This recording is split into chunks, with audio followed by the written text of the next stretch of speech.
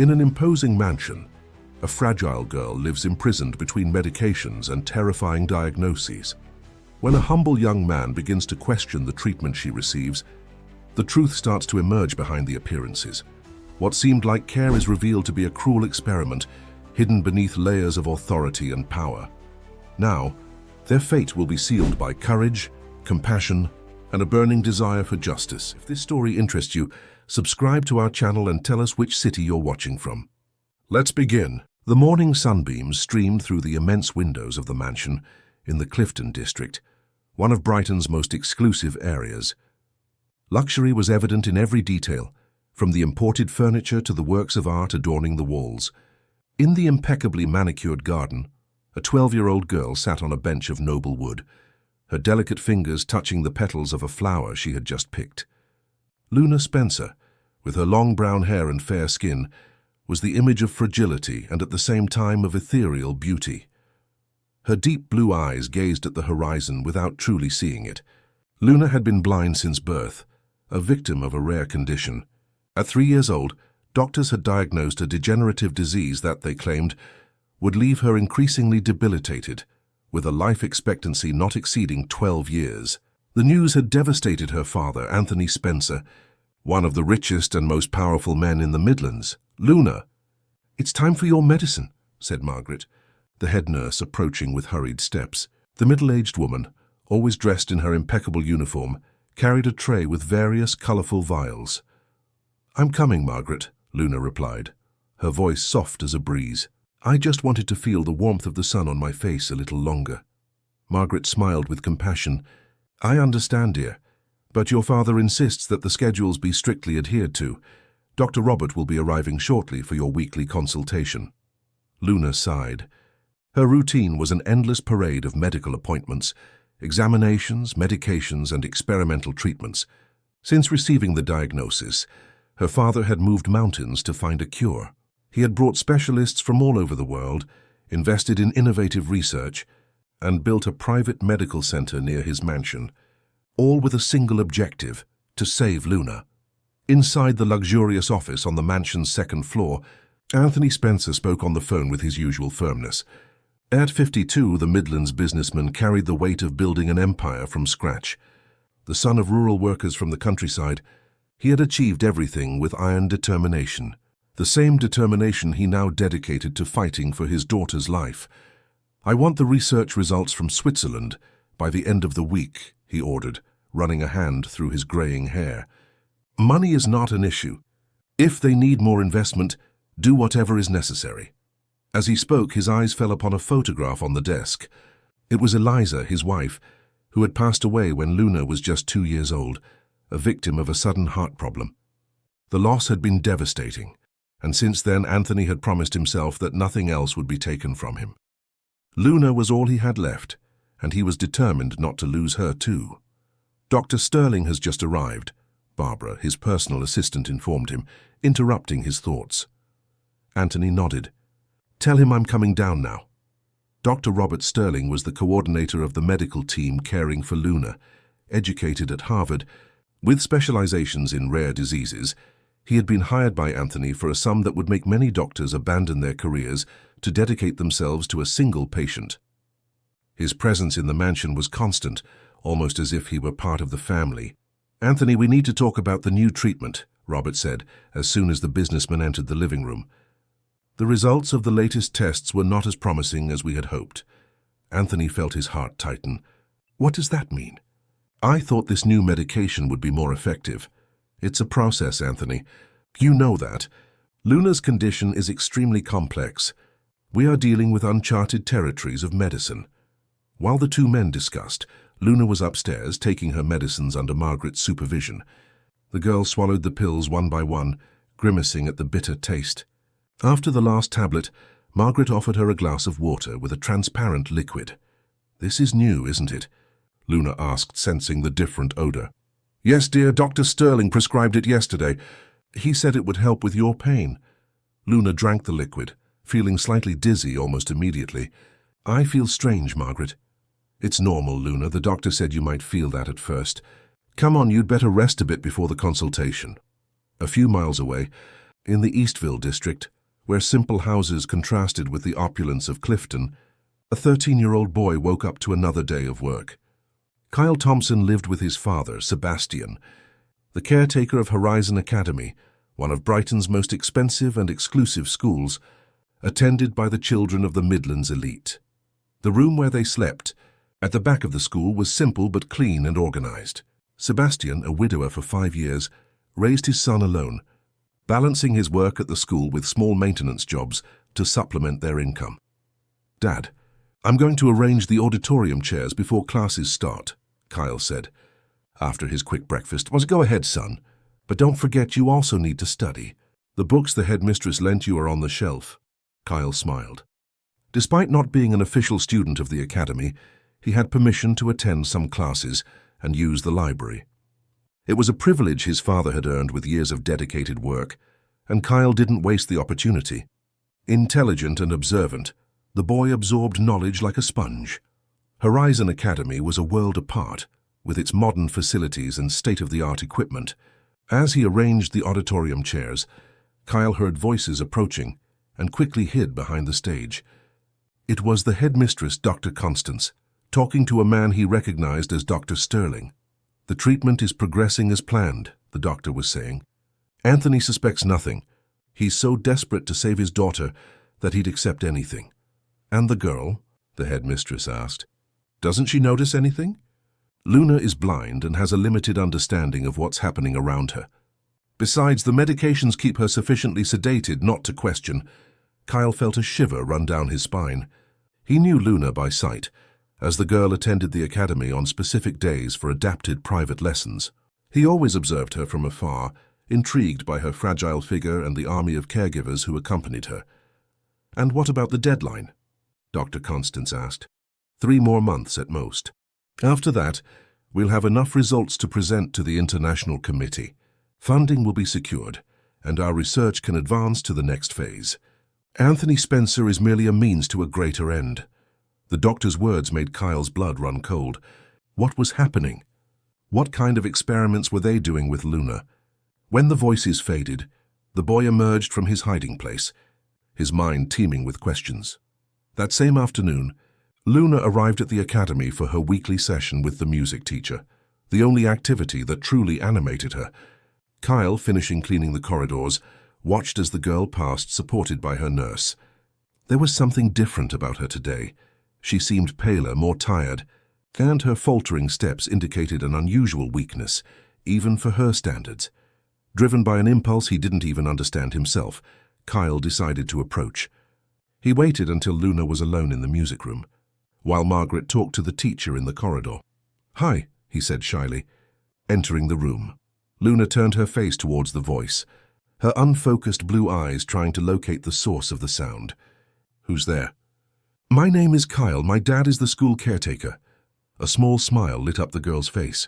"You're Sebastian's son. He's always so kind to me." Kyle moved closer, still cautious. "Are you feeling okay? You seem a little different today." Luna tilted her head as if pondering the question. "The new medicines make me dizzy, and I've been feeling more pain in my legs lately." "New medicines? Since when?" "About a week. Dr. Sterling says they're going to help me, but—" She didn't finish the sentence, but Kyle perceived the doubt in her voice.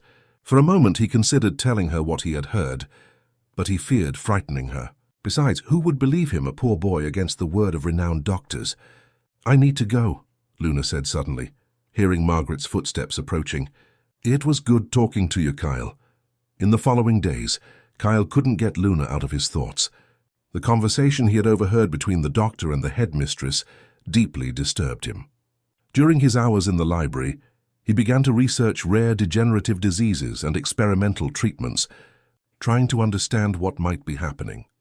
On a rainy afternoon, while organizing books on the shelves, Kyle found a medical article that made him freeze. It was a study on the side effects of certain experimental medications, mentioning damage to the optic nerve and worsening of pre-existing neurological conditions. The name of the laboratory mentioned in the study was familiar to him. It was the same one that sponsored the medical wing of Horizon Academy. "What are you reading with such interest?" a voice behind him asked. Kyle nearly dropped the book, startled. It was Peter, the librarian, a middle-aged man who had always treated him kindly. "Just researching medicine," Kyle replied hesitantly. Peter looked over his glasses, curious. "That's quite an advanced topic for someone your age." Kyle bit his lip, undecided. Could he trust Peter? After a moment of hesitation, he decided to risk it. "It's about Luna Spencer.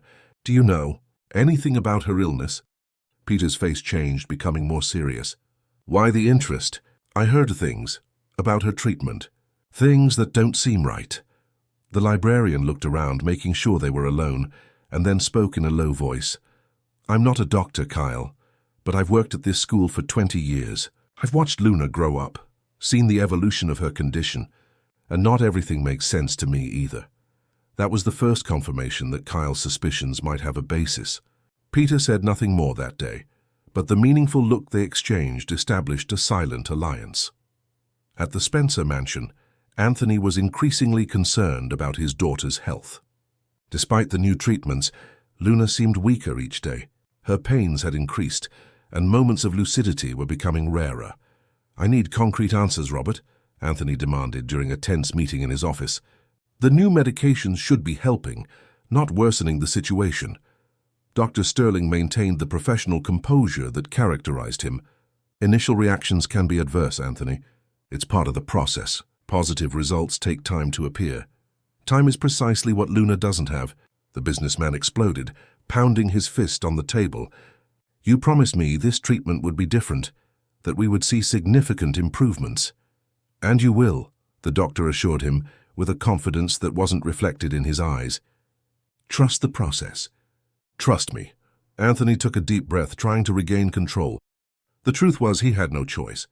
Robert Sterling represented the last hope for his daughter. After years of failed treatments and unfulfilled promises from other specialists, "I'm going to increase the dosage of the new compound," the doctor continued, "and I suggest we transfer Luna to the clinic for a few days for intensive monitoring." Anthony hesitated. The idea of Luna being away from home, away from his care, terrified him. But if it meant a chance for improvement, how long? A week at most. "We have equipment there that we can't bring here. It will be better for her, Anthony." Meanwhile, in Luna's bedroom, the girl lay on her bed, her fragile body appearing even smaller beneath the expensive sheets. Her fingers moved slowly, touching the keys of a small electronic piano her father had given her as a gift. "Miss Luna," Sophia, one of the assistant nurses, called, entering the room. "It's time for your medication." Luna let out a resigned sigh. "More medicine?" "Dr. Sterling's orders. He said it would help with the pain." The girl obediently extended her hand, accepting the cup with the liquid. But before she could drink, a sudden dizziness made her drop the cup, which shattered on the floor. "I'm sorry," Luna murmured, feeling tears form in her sightless eyes. "Don't worry." "Dear," Sophia said, quickly cleaning up the mess, "I'll get some more." When the nurse left, Luna felt a tear roll down her face. She was tired. Tired of the pain, the medicines, the doctors, and of feeling like a burden to her father. More than anything, she was tired of living in a world she couldn't see, limited by the walls of her mansion and the disease that consumed her day after day. What Luna didn't know was that, at that very moment, Kyle was determined to uncover the truth about her treatment, driven by a conviction he didn't fully understand himself, and that his discoveries would forever change the course of both their lives. The brightened sky dawned cloudy when Kyle woke up that Monday. The fine rain falling was typical of the Midlands winter, creating a melancholic scene that matched his restless thoughts. He had spent the entire weekend researching Luna's condition, gathering information and trying to make connections that made sense. "You barely touched your breakfast, son," Sebastian observed as they prepared to start the day. "Is something going on?" Kyle hesitated. His father had always been his confidant, but he feared involving him in something that could cause trouble. After all, the caretaker's job was all they had. "I'm worried about a friend," he finally replied, choosing his words carefully. "I don't think she's getting the right medical treatment." Sebastian raised his eyebrows. "A friend? You're talking about the Spencer girl, aren't you?" His father's perceptiveness shouldn't have surprised him. After all, few secrets could be kept in a school, even one as large as Horizon Academy. "How do you know?" "I have eyes, Kyle. I see how you watch her when she comes for classes. And I've also heard rumors among the staff about her treatment. Kyle straightened in his chair, suddenly alert. What kind of rumors? Sebastian sighed, running a hand through his graying hair. The kind that people like us shouldn't hear, let alone comment on. Dr. Sterling is a powerful man, Kyle, and her father, well, he practically owns half the Midlands. That doesn't mean they can do whatever they want, Kyle protested, indignation rising in his voice. If they're harming Luna instead of helping her— Be careful, son, Sebastian interrupted, his tone now serious. I believe in your intuition, I always have. But remember that we are small in this world. We can't just accuse people like them without concrete proof. Kyle nodded, understanding his father's concern. But something inside him refused to simply ignore what he had discovered. I'll be careful, Dad, I promise. That same day, as had become routine, Kyle headed to the library during his break. Peter, the librarian, was already waiting for him with some books set aside. I found something that might interest you, the man said in a low voice, handing Kyle an old book on pharmacology. Page 237. Kyle opened the book to the indicated page and found a bookmark with handwritten notes. It was a list of medications and their side effects, many of which coincided with the symptoms Luna had been experiencing. How did you get this? He asked, amazed. Peter adjusted his glasses, a slight smile on his face. Before working here, I was a pharmacy student. I didn't finish the course, but I kept in touch with some colleagues who pursued careers. One of them works at the laboratory that supplies medicines to Dr. Sterling's clinic. The information was valuable, but still insufficient. Kyle needed something more concrete, something that could prove that Luna's treatment was, in fact, harming her instead of helping her. I need to see the medicines she's taking, Kyle said, more to himself than to Peter. The librarian frowned. That would be impossible unless what? Peter hesitated, clearly torn between helping and staying out of trouble. Luna is coming to school tomorrow for her music lesson. Usually her nurse brings a bag with the medications she needs to take during the time she's here. Kyle's mind began to work quickly. If he could get a sample of the medicines, perhaps he could confirm his suspicions. Thank you. Peter, you've helped me a lot already. Kyle, the librarian called as the boy was already walking away. Be careful. If you're right about this, you'll be messing with very dangerous people. The next day, Kyle arrived at school earlier than usual. His plan was simple but risky. He needed to find a moment to examine Luna's medicine bag when the nurse wasn't around. The opportunity arose during music class. Margaret, as usual, left Luna in the room with the teacher and went out for a coffee in the courtyard. Kyle, who was already positioned in the corridor, waited until she had left and then quickly entered the small waiting room attached to the music room. The medical bag was on a chair. With a pounding heart, Kyle opened it and began to examine the vials. There were at least 10 different medications, all with complex names he could barely pronounce. Quickly, he took his phone from his pocket and photographed each of them, including the leaflets and prescriptions he found in a side compartment of the bag. He was so concentrated that he didn't notice when the door opened behind him. "What are you doing?" a soft voice asked, almost a whisper. Kyle almost dropped the vial he was holding. Turning quickly, he found Luna standing in the doorway, her delicate face turned towards him, despite her unfocused eyes. "Luna, I can explain. You're Kyle, aren't you? I recognize your voice." He swallowed hard, unable to lie. "Yes, it's me." Luna entered the room, moving with the caution of someone who cannot see, but with surprising confidence for someone in her condition. Her light blue dress swayed gently as she approached. "You're messing with my medicines." "Why?" The question was direct, without accusation, just genuine curiosity. Kyle felt a knot in his throat. How could he explain his suspicions without scaring her? "Luna, have you been feeling better with these new medications?" The girl tilted her head thoughtfully. "Not really. I have more pain now, and I'm confused most of the time. Sometimes it even feels like I can see flashes of light even though I know that's impossible." Kyle felt a shiver run down his spine. That confirmed his suspicions. "Luna, I think your doctors aren't being honest with you or your father. I've been researching your condition and the medications you're taking, and you think they're harming me instead of helping me," Luna completed, her voice surprisingly calm. Kyle blinked, astonished. How did you... A small, sad smile appeared on the girl's lips. I may be blind, Kyle, but I'm not foolish. I feel the changes in my body. And I hear things. The doctors talk in front of me as if I weren't there, or as if I couldn't understand what they're saying. A wave of admiration washed over Kyle. Luna was far more perceptive and courageous than he had imagined. I need your help, Luna. If we can prove the medications are causing harm. What do you need me to do? She interrupted, determination evident in her fragile voice. Before Kyle could answer, they heard footsteps approaching in the corridor. Quickly he closed the bag and put it back in the same place. We need to talk more, he whispered, when you're back at school. Luna nodded, almost imperceptibly, and turned towards the door at the exact moment Margaret entered. Luna, what are you doing here? Music class isn't over yet. I was feeling a bit dizzy, Margaret. I came to look for you. The nurse cast a suspicious glance at Kyle, who pretended to merely be cleaning the room. Come on, dear. You need to take your medicine. As Luna was led back to the music room, her sightless eyes seemed to fix on Kyle for a brief moment, as if she could truly see him. In that instant, a silent connection was established between them, an alliance born of necessity and truth. In the days that followed, Kyle delved even deeper into his investigation. The photographs of Luna's medications were analyzed with Peter's help, who used his contacts in the pharmaceutical industry to obtain more information.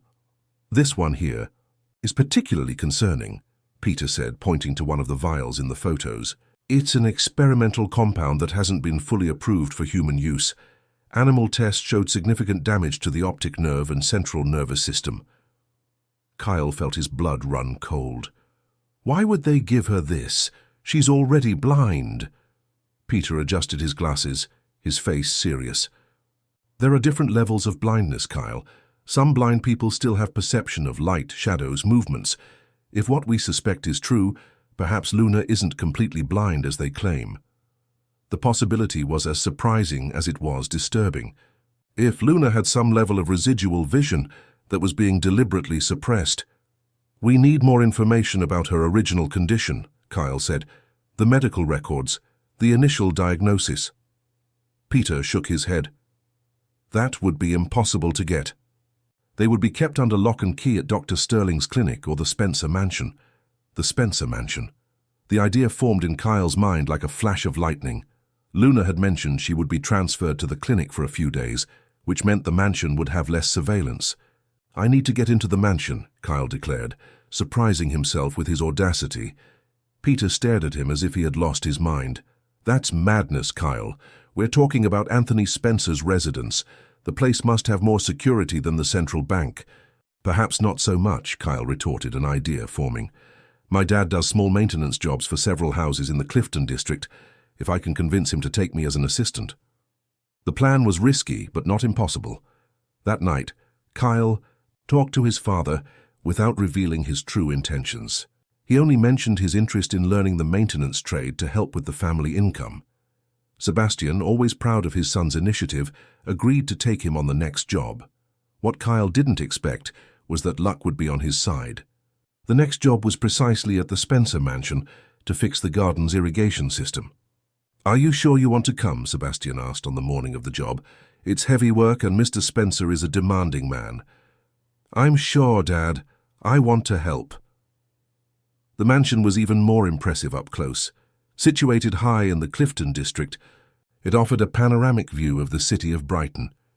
The extensive gardens with perfectly manicured lawns and exotic flowers seemed straight out of a movie. While his father worked on the irrigation system, Kyle helped by carrying tools and carefully observing the house's routine. The security guards mainly patrolled the outer perimeter, and the staff were busy with their duties. Luna's absence was noticeable. The house seemed quieter, almost abandoned.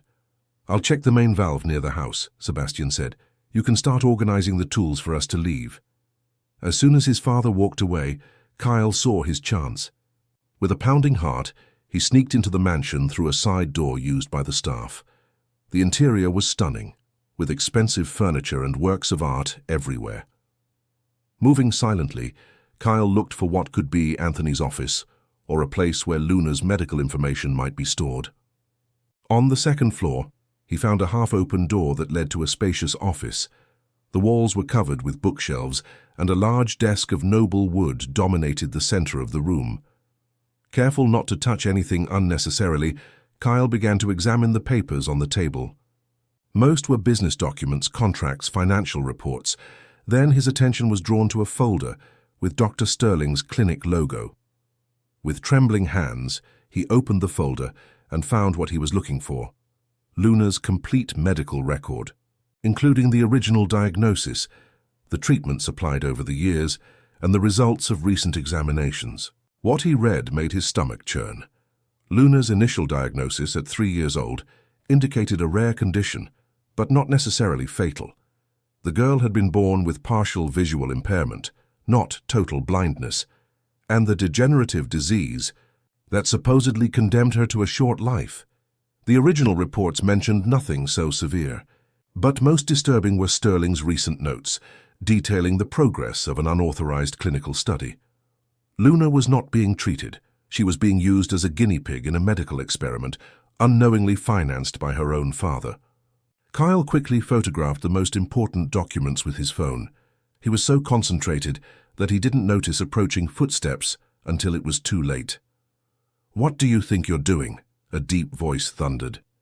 Turning abruptly, Kyle found himself face to face with Anthony Spencer, whose eyes burned with fury. "I came to help my dad with the garden," Kyle stammered, knowing the excuse was pathetic given the circumstances. "In my office? Going through my private documents?" Anthony advanced, his imposing figure making Kyle retreat to the wall. "Who sent you here? Are you working for a competitor?" "No, sir, I'm here because of your daughter." The words came out before Kyle could think. Anthony's face changed, fury giving way to momentary confusion. "Luna? What do you know about my daughter?" It was now or never. Gathering all his courage, Kyle began to speak, the words coming out in an almost incoherent torrent. He spoke about his observations at the academy, about the conversation he had overheard between Sterling and the headmistress, about his research and discoveries. Anthony listened in silence, his face an impenetrable mask. When Kyle finally finished, exhausted and apprehensive, the businessman approached and took the phone from his hands. "If this is some kind of joke," he began, the threat clear in his voice. "It's not, sir. Please look at the photos I took, look at the documents on your own desk. Dr. Sterling isn't trying to save Luna.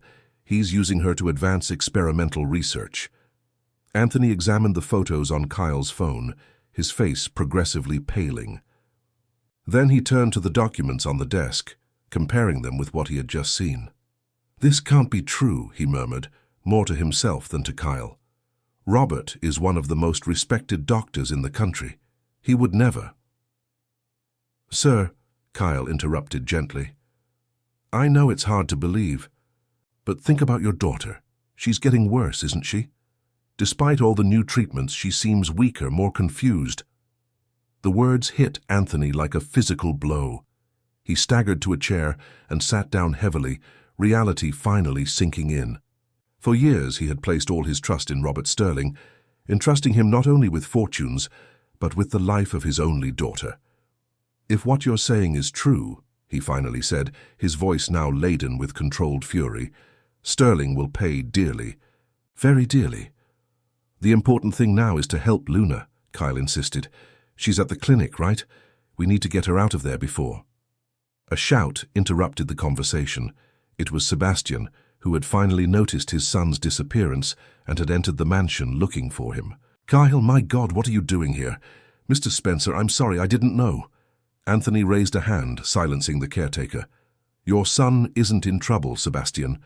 In fact, he may have just saved my daughter's life."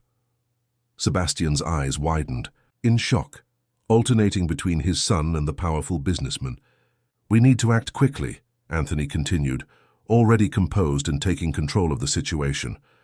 "I'm going to get Luna from the clinic right now, and you, boy, come with me. I'll need everything you've discovered to confront Sterling." As the three left the office, Kyle felt a mix of relief and apprehension. He had managed to convince Anthony, the crucial first step in his plan to save Luna. But the approaching confrontation would be dangerous and the consequences unpredictable. At the medical clinic, located in a modern building in the Park Street district, Luna lay in a hospital bed connected to various monitors. Her fragile arms showed marks of recent injections, and her pale skin contrasted with the white sheets. Despite her debilitated condition, there was an expression of tranquil resignation on her face. Dr. Sterling, in his adjacent office, reviewed the latest test results with satisfaction. The experiment was progressing better than expected. Soon he would have enough data to present to the International Committee, thus securing millions in funding for his revolutionary research. The price Luna paid was irrelevant compared to the scientific advancement his research would represent.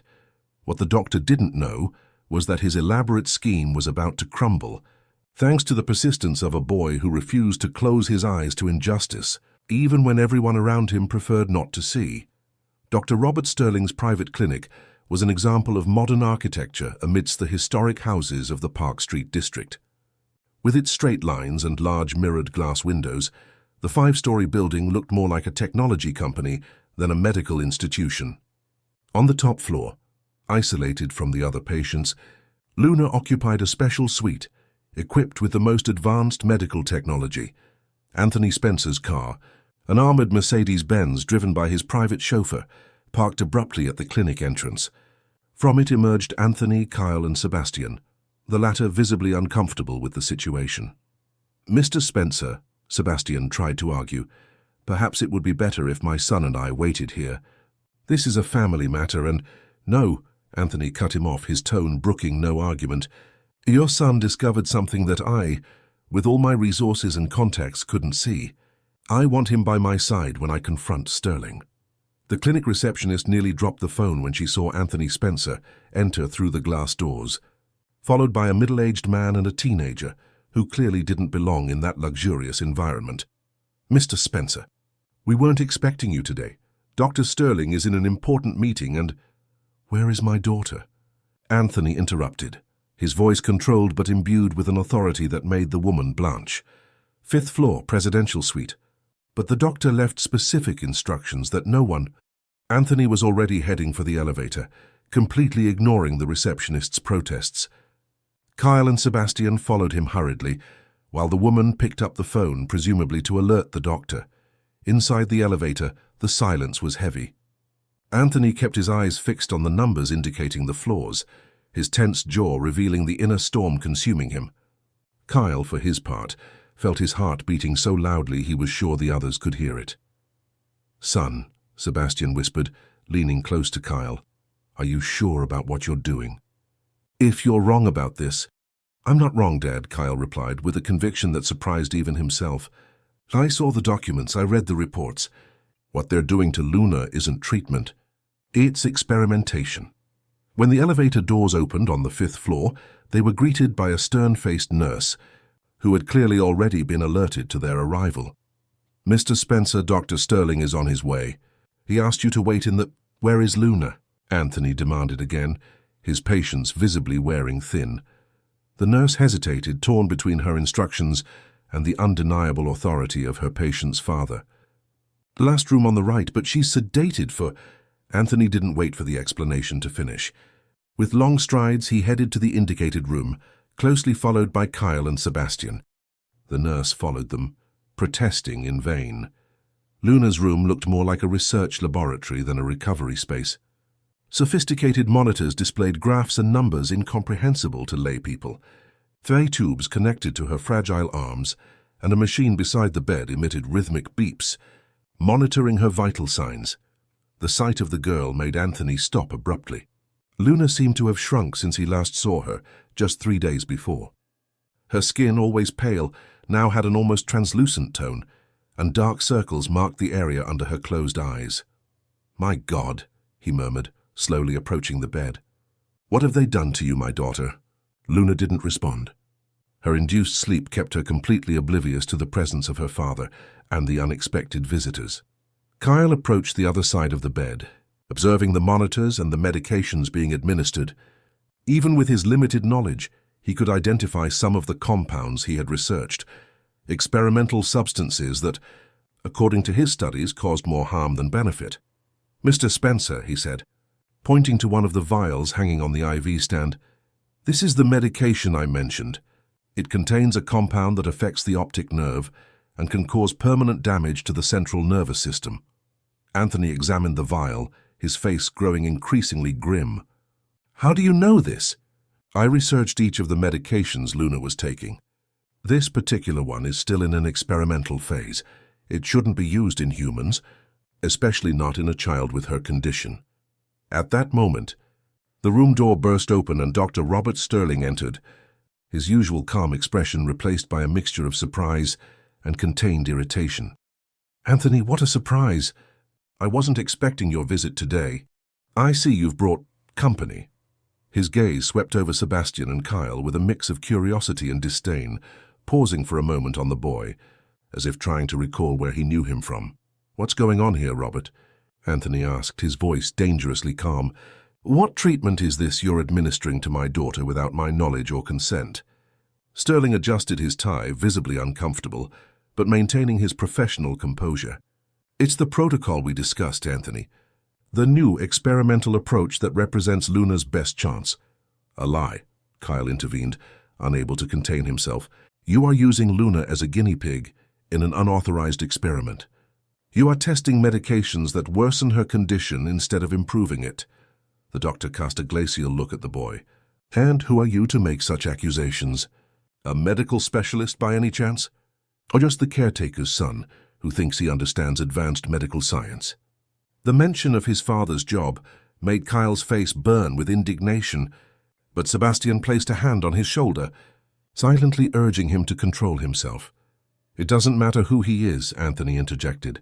"What matters is this." He took Kyle's phone from his pocket and showed him the photos of the documents found in his office. Then he took from the folder he carried copies of the same documents, along with others he had found after a more detailed search. "You lied to me for years, Robert. Luna isn't dying of a rare degenerative disease. Her condition is serious but treatable. And these new medications you insisted on administering, they aren't trying to cure her. They're deliberately harming her to advance your personal research." Sterling's face lost its color, but he quickly tried to regain control of the situation. "Anthony, you are misinterpreting complex medical information. These documents are technical. They weren't meant for lay people to understand. If you give me the opportunity to explain—" "There's nothing to explain," Anthony exploded, his voice thundering through the room. "It's written here in your own words. Subject shows adverse reaction to compound X47, with increased deterioration of the optic nerve as expected." "As expected, Robert. You knew what these medications would do to her." The doctor recoiled a step, his mask of confidence finally crumbling. "You don't understand, Anthony. We are at the frontier of medical science. Sometimes sacrifices are necessary to—" "Sacrifices?" Anthony's voice now overflowed with icy fury. "You were sacrificing my daughter, Robert. The only thing I have left in this world." During the confrontation, no one had noticed that Luna had begun to stir in bed. Her pale eyes slowly opened, disoriented but gradually focusing on the ceiling above her. "Dad?" Her voice was just a whisper, almost inaudible beneath the sound of the monitors. Everyone turned to the girl, whose eyes now moved around the room as if searching for the source of the voices. "I'm here, my love," Anthony replied, rushing to hold her hand. "I'm going to get you out of here." "I'm taking you home." "Impossible," Sterling protested. "She's in the middle of a crucial treatment. Removing her now would be extremely dangerous for her health. More dangerous than leaving her in your care." Anthony retorted, "I'm taking my daughter home right now. And as for you, Robert, you can expect a lawsuit for medical negligence, illegal experimentation, and fraud. I will end your career, your reputation, and if it's up to me, your freedom too." The doctor paled even further, finally comprehending the gravity of the situation. His eyes swept the room as if searching for an exit, a way to reverse the unfolding disaster. "Anthony, be reasonable," he tried again, his voice now pleading. "Everything I did was for the advancement of science. The benefits of my research will help thousands of people in the future. Luna would be a heroine of modern medicine." "Without her consent or mine," Anthony retorted, his tone final. "Sebastian, please call hospital security. I want witnesses when we disconnect Luna from these machines and take her home." As Sebastian left to fulfill the request, Kyle approached Luna, who still seemed confused, her eyes moving unfocused around the room.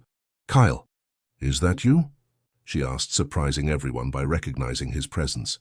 "Yes, Luna, it's me," he replied, taking her other hand. "We've come to get you. You're going to be okay now." A small smile appeared on the girl's lips. "I knew you would come. I heard your voice in my dreams." The declaration, made with such simplicity and confidence, brought tears to Anthony's eyes. How had he been so blind? How had he not noticed what was happening right under his nose? Dr. Sterling, realizing he had lost control of the situation, made one last desperate attempt. "If you take Luna out of here without proper medical supervision, you will be putting her life at risk, Anthony. Think carefully about what you're doing." "The only thing putting her life at risk is your experimental treatment, Doctor," Anthony replied coldly. "And as for medical supervision, don't worry. I've already contacted Dr. Helen Miller from City General Hospital. She's on her way to my house with a full team." The name of the renowned neurologist, known for her impeccable ethics and undisputed competence, made Sterling lose the rest of his color. Helen Miller was one of the few specialists in the country who could completely dismantle his scheme and understand exactly what he had done to Luna. Sebastian returned with 2 hospital security guards and a head nurse who, after quickly examining the situation and the documents presented by Anthony, ordered that the patient be prepared for immediate transfer. "Dr. Sterling," she said, with evident disapproval, "the Medical Ethics Committee will be informed of this incident. I suggest you cooperate fully during the investigation that will surely follow." The doctor, now completely defeated, merely nodded mechanically, his eyes fixed on Luna as the team began to disconnect her from the machines. Years of research, countless resources, and his professional reputation, everything crumbled before his eyes, destroyed by the persistence of a simple boy. As Luna was prepared for transfer, Kyle remained by her side, quietly telling her everything he had discovered, how his suspicions had begun, and how he had finally managed to convince Anthony to investigate further. "You risked a lot for me," Luna said, her voice still weak, but with a new clarity. "Why did you do that?" "You barely know me." Kyle hesitated, uncertain of the answer. Why indeed had he become so deeply involved? Why had he risked so much for a girl he, as she herself had said, barely knew? "Because it was the right thing to do," he finally replied simply. "And because I saw something in you, Luna, a strength you might not even have known you possessed." A smile lit up the girl's face, transforming her momentarily. For a fleeting instant, Kyle had the impression that her eyes, normally unfocused, fixed directly on his, as if she could truly see him. "I'll remember that," Luna promised, gently squeezing his hand. An hour later, Luna was settled in her room at the Spencer mansion, under the care of Dr. Helen Miller, who had arrived with a complete medical team. The neurologist, a 60-year-old woman with gray hair and piercing eyes, had thoroughly examined Luna and was now talking to Anthony in the corridor. "The situation is serious, but not irreversible," she explained, her tone professional but gentle. Luna was subjected to a cocktail of experimental medications that, instead of treating her original condition, deliberately aggravated it. "But will she recover?" Anthony asked, anxiety evident in his voice. "With the right treatment and time, yes. The first step is to detoxify her system. Then we will begin a specific therapy to reverse the damage caused, especially to the optic nerve." "The optic nerve," Anthony repeated, confused.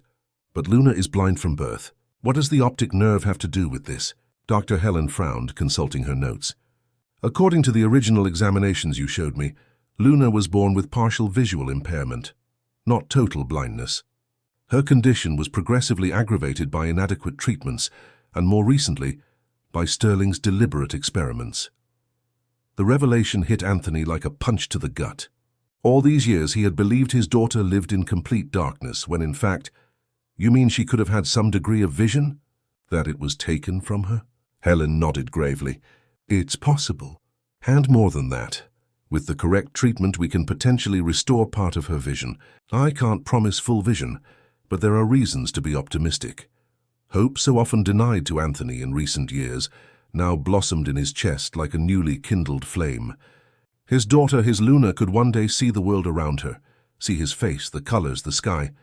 "What needs to be done?" he asked, determination replacing despair in his voice. "First, as I said, detoxification. Then a series of procedures to repair the damage caused. I know specialists in Switzerland who could help with the most delicate part of the treatment. Cost is not an issue. I want the best for Luna, no matter the price." Helen smiled gently. "I know that, Anthony. And that's why I also recommend psychological support for Luna and for you. What you both went through was not just physical trauma, but emotional as well. Luna needs to relearn to trust doctors and treatment. And you need to forgive yourself for not realizing what was happening." The doctor's words touched a wound Anthony had not yet allowed himself to feel. The overwhelming guilt of having entrusted his daughter to the care of someone who saw her not as a patient to be cured, but as a subject of study. "How did I not notice?" he murmured, more to himself than to Helen. "How could I have been so blind?"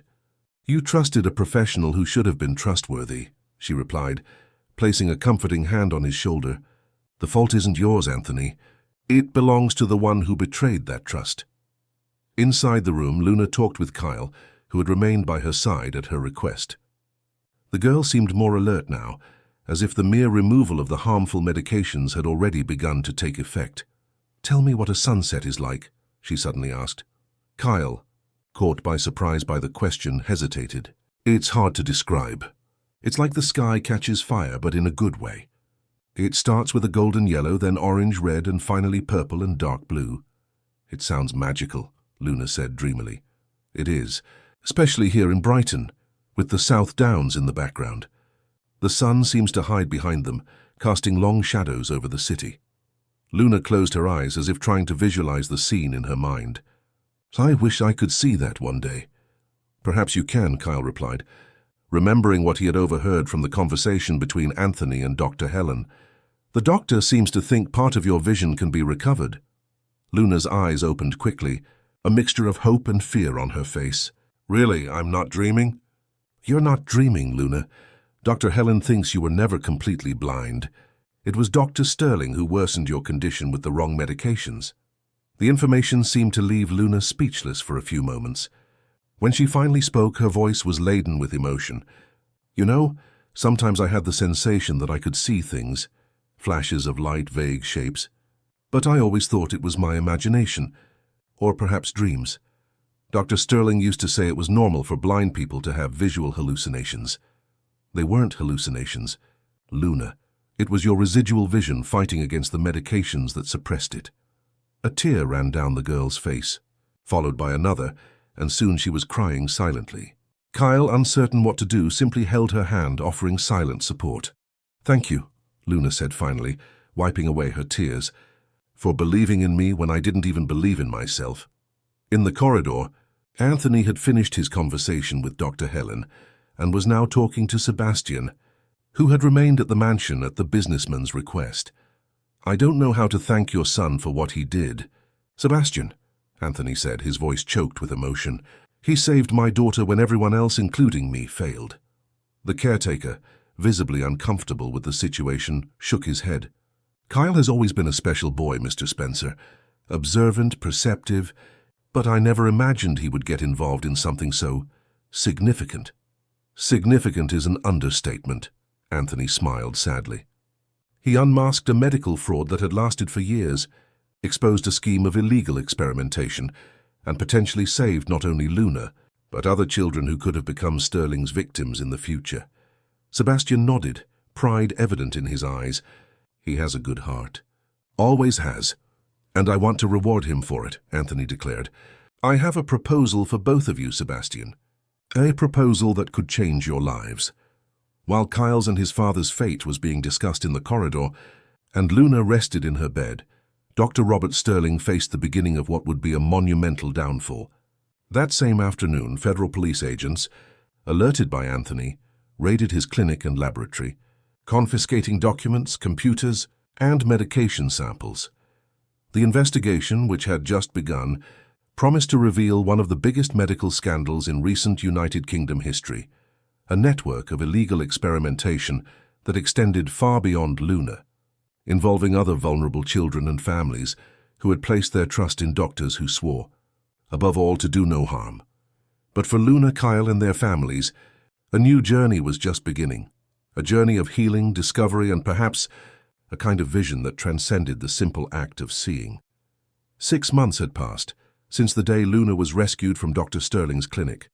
The Spencer mansion, once an almost hospital-like environment, with its sterile and silent atmosphere, now pulsed with new energy. The curtains, which for years had remained closed to protect Luna's sensitive eyes, now opened every morning, allowing sunlight to flood the rooms. It was a Saturday morning when Luna woke up with the first rays of sun touching her face. She sat up in bed, her blue eyes, once empty and unfocused, now moved deliberately, examining the contours of her room. Her vision was still limited, as Dr. Helen had explained. Some damage was irreversible, but the progress of the past months had exceeded even the most optimistic expectations. "Good morning, Princess," Anthony said, entering the room with a breakfast tray. In recent months, he had made a point of actively participating in his daughter's routine, compensating for the years when, though physically present, he had been emotionally distant, hiding behind doctors and treatments. "Dad," Luna smiled, her eyes meeting her father's silhouette with increasing precision. "You brought strawberries." Anthony smiled, still marveling at Luna's every new progress. "Yes, your favorites. And there's a surprise for you after breakfast." Luna clapped her hands, enthusiastic. Her personality, once restrained and resigned, blossomed each day, revealing a vibrant and curious young woman who had remained dormant under layers of medication and false limitations. "Does it have to do with the trip to Switzerland?" she asked as she nibbled on a strawberry. "Perhaps," Anthony replied mysteriously. "Finish your breakfast and you'll find out." The trip to Switzerland, recommended by Dr. Helen, was scheduled for the following week. There, Luna would undergo a series of advanced procedures that could further improve her vision. It was a hope that months earlier, no one would have dared to entertain. Meanwhile, a few miles away in the Eastville district, Kyle and Sebastian were also preparing for a big change in their lives. The proposal Anthony had made that fateful afternoon had transformed their reality in ways they could never have imagined. "I still can't believe we're moving today," Kyle commented, looking at the few boxes that contained all their belongings. "It feels like just yesterday we were living in the small room at the back of the school." Sebastian smiled, adjusting the knot of the tie he rarely wore. "And it feels like just yesterday you were just a boy helping your dad with maintenance tasks. Now look at you, about to study at one of the best schools in the country, with a full scholarship all the way through university." The scholarship had been only part of the reward offered by Anthony.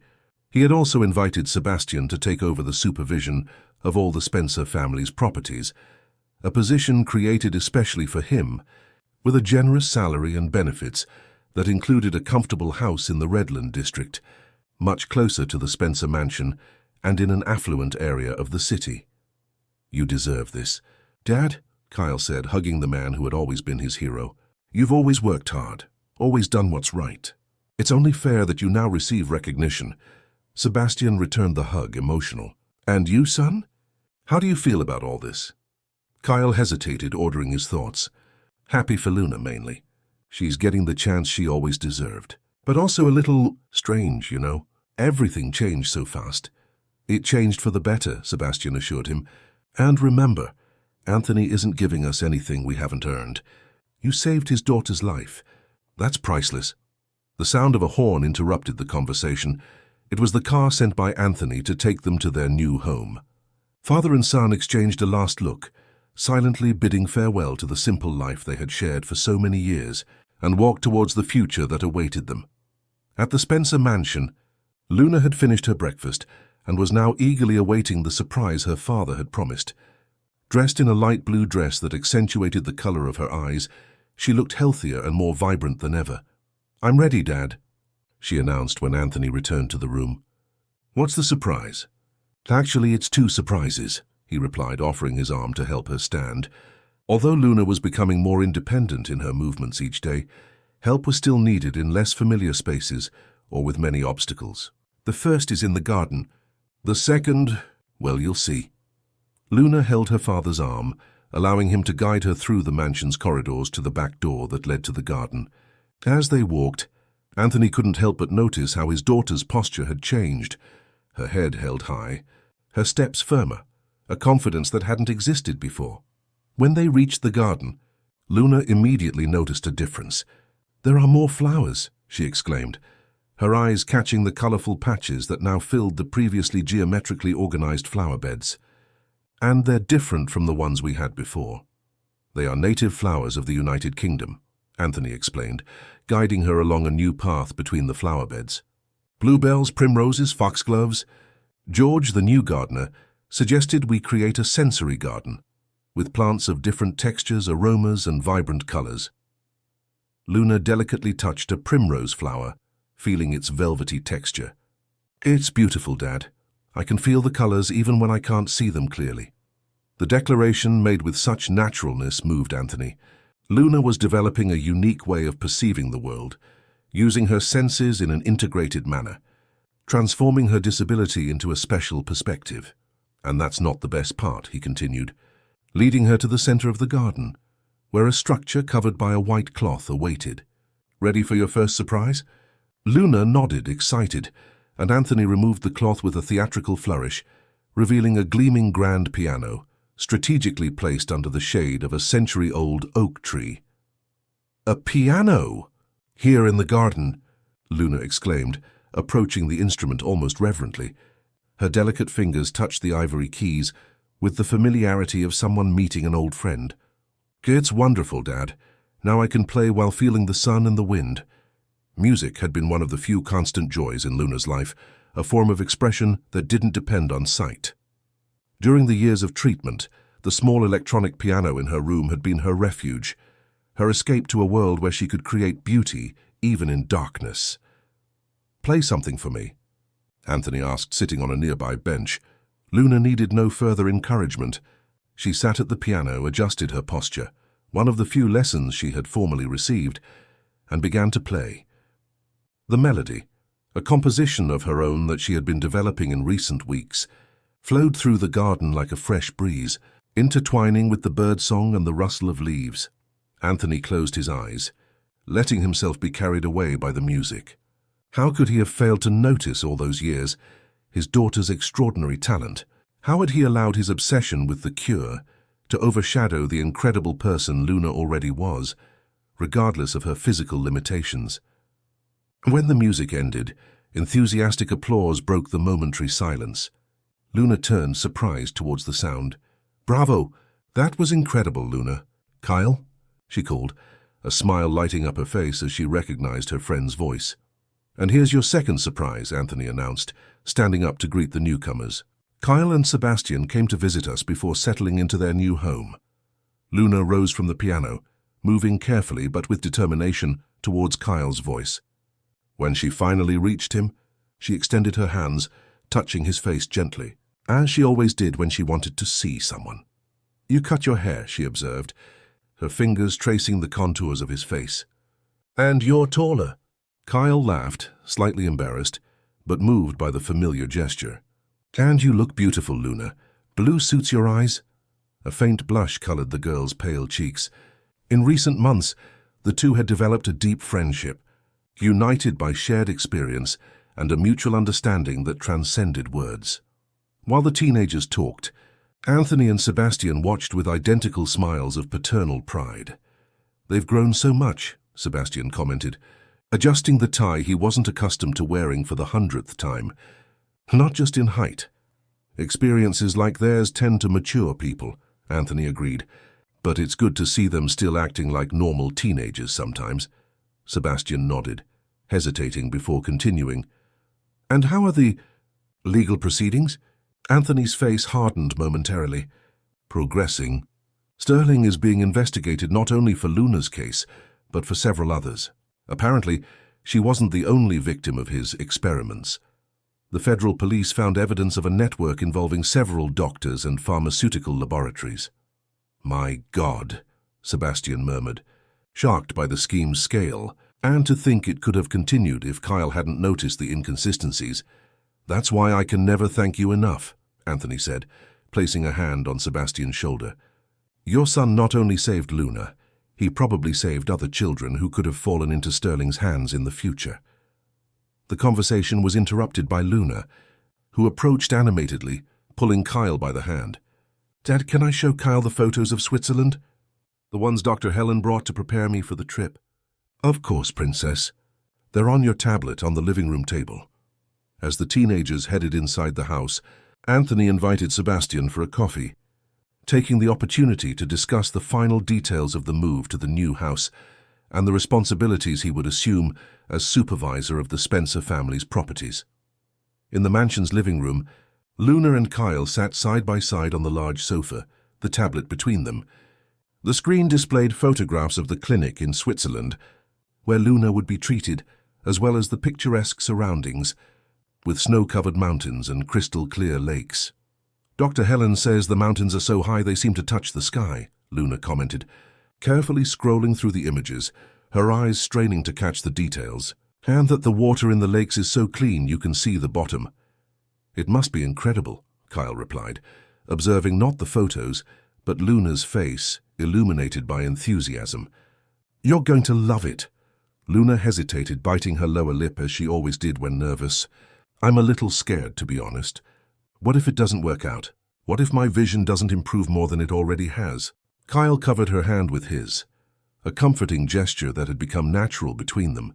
"Then you'll still be Luna, talented, intelligent, and the bravest person I've ever known. Your vision doesn't define who you are, Luna." The sincerity in Kyle's words touched Luna deeply. Throughout her life, her identity had been built around her disability, her supposed fragility. First as the blind and sick girl, and then as the recovering patient. But Kyle saw her beyond all that. He saw the person behind the condition. "Thank you," she whispered, intertwining her fingers with his, "for seeing me when I was still learning to see myself." The moment was interrupted by the arrival of Barbara, Anthony's personal assistant, who entered the room carrying a folder of documents. "Sorry to interrupt. Luna, your father asked me to bring these documents. They are the final details for the trip to Switzerland." "It's okay, Barbara," Luna smiled, reluctantly releasing Kyle's hand. "You can leave them on the table. I'll show them to my dad later." Barbara placed the folder on the coffee table and discreetly withdrew, casting a curious glance at the two teenagers. Since the scandal involving Dr. Sterling, the entire mansion staff had been renewed, with professionals carefully selected by Anthony and subjected to rigorous background checks. "When do you get back from Switzerland?" Kyle asked, trying to maintain a casual tone, although the prospect of weeks without seeing Luna saddened him more than he cared to admit. "In about a month. If all goes well," she replied, noticing the subtle change in his voice. "But we'll video call every day. I promise." "I'll hold you to that promise," he smiled, trying to shake off the melancholy. "And when you get back, I want you to show me everything you'll be able to see more clearly." Luna smiled, a sudden idea lighting up her face. "I have a better idea. Why don't you come with us?" The suggestion caught Kyle completely by surprise. "To Switzerland, me? But why not? I'll talk to my dad. I'm sure he'll agree. You've been a fundamental part of my recovery so far. Kyle, it makes sense for you to be there for this next stage, too." Before Kyle could answer, Anthony and Sebastian returned to the room, discussing animatedly about the plans for the new house.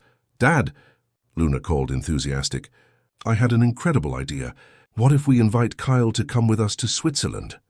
Anthony paused, surprised by the suggestion but not entirely opposed to the idea. "Well, that would be unexpected but not impossible." "Please, Dad," Luna insisted, her eyes shining with anticipation. "Kyle has been my support throughout this whole process. It would be important for me to have him nearby during the procedures." Anthony exchanged a glance with Sebastian, who seemed as surprised as he was by the suggestion. "Sebastian, what do you think? Would you allow Kyle to accompany us?" The caretaker, now property manager, blinked a few times, processing the question. Well, if it's safe and if he wants to." "I want to," Kyle exclaimed, unable to contain his enthusiasm at the possibility.